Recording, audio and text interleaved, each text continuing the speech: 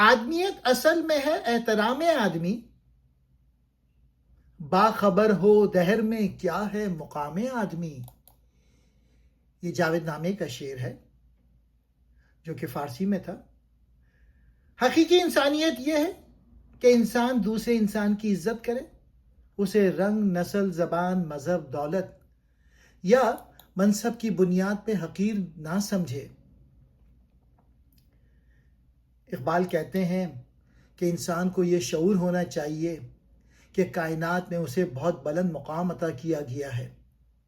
وہ صرف مٹی کا جسم نہیں بلکہ اللہ کی عطا کردہ عقل، روح، ارادے اور اخلاقی ذمہ داری کا حامل ہے۔